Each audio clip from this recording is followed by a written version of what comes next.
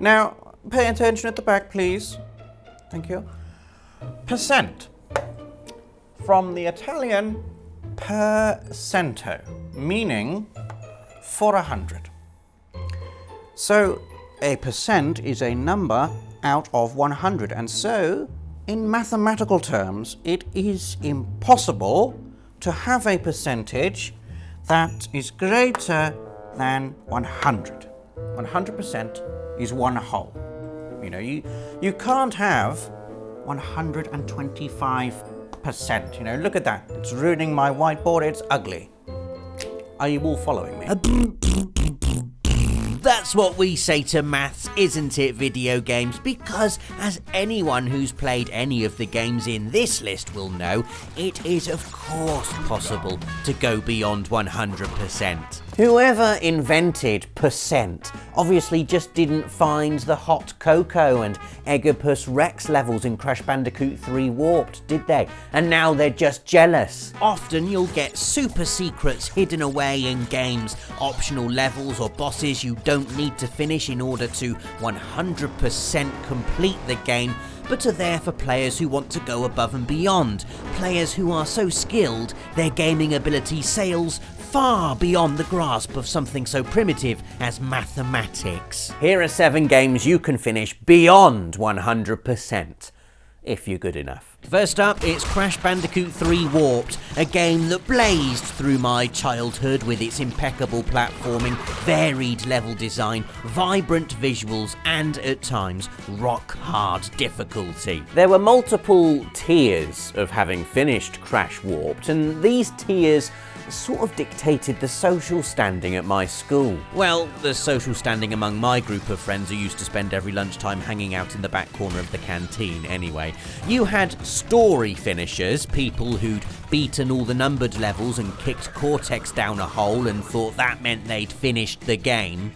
Then you had 100%ers, people who had every box gem, every platinum relic, on every level. Very respectable. Then you had the 105%er. I use the singular term percenter because these people are rare. I'd say like 1 per school rare. These are the people who did absolutely everything, plus the 2 super secret levels you can only access by accidental mistakes. So really, these people only got 105% by initially being bad at the game. Hot Cocoa is a jet ski level you'll only find if you collide with an alien road sign in the racing level Road Crash. While the second secret level, Oedipus Rex, is where you get dumped after running into one of the pterodactyls in Dynamite. And don't tell me you did this on purpose. Not back in the guideless internet dark ages of 1998. People only knew about these levels through word of mouth. You'd need someone in your social circle to balls it up and report back, glowing with the kind of shocked self-satisfaction that only arises when your inadequacies are inexplicably rewarded. I'm not bitter about being neither good enough or bad enough to find these levels myself. Anyway, complete Hot Cocoa and Oedipus Rex and you'll hit 104% completion. Then you'll bag an extra gem for having done everything, a sort of pre-Platinum Trophy era Platinum Trophy, and that gem will bump you up to 105%. Suck it, maths!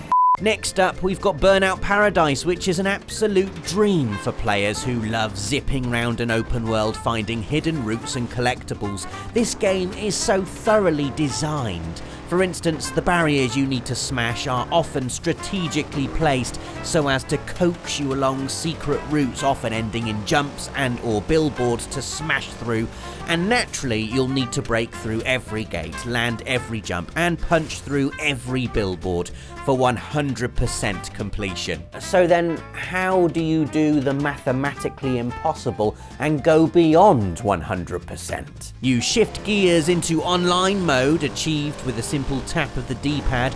Then it's just a small matter of completing every single one of 420 online challenges. And boom, 102% completion. So there are 165 billboards, 475 smash gates, 50 super jumps, and if all that together is 100% completion, then 420 online challenges should take you to like 150-ish% completion, right?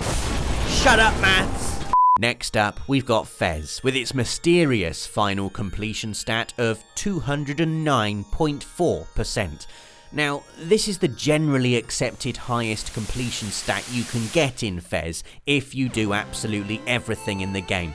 Visit every room, solve all the puzzles, get all the cubes, etc. There are glitch exploits that let you get an even higher completion percentage, but we're not going to count that. 209.4% is a number that has understandably driven fans nuts over the years, especially with a game as cryptic and mysterious as Fez. You know, the whole 0.4 thing suggests there's another secret hidden away that no one has found yet that would round it up to 210% completion. There were even rumours circulating at one point, that have since been shut down, that getting the game to 210% completion would somehow trigger the release of Fez 2. To be honest, such is the bonkers brilliance of Fez, a final completion stat of 209.4% seems pretty easy to understand when sat next to the dimension warping puzzles you have to solve in order to get there. You know, maybe we're the ones that are wrong, us primitive 3D beings with our 100% equals one whole science. You know, maybe an actual whole is 209.4%. What do you think, Professor? I haven't the slightest idea what you're talking about. Entry 4 is Call of Duty Modern Warfare 2, which has 3 different categories of completion. There's the campaign, which you can complete 100%. Yes. The Spec Ops missions, which you can complete 100%. Yes. And the multiplayer, which you can complete 1,100%. That's right. To obtain this ludicrous completion statistic, you have to prestige 10 times and then get up to level 70 again, which effectively means max leveling your character 11 times.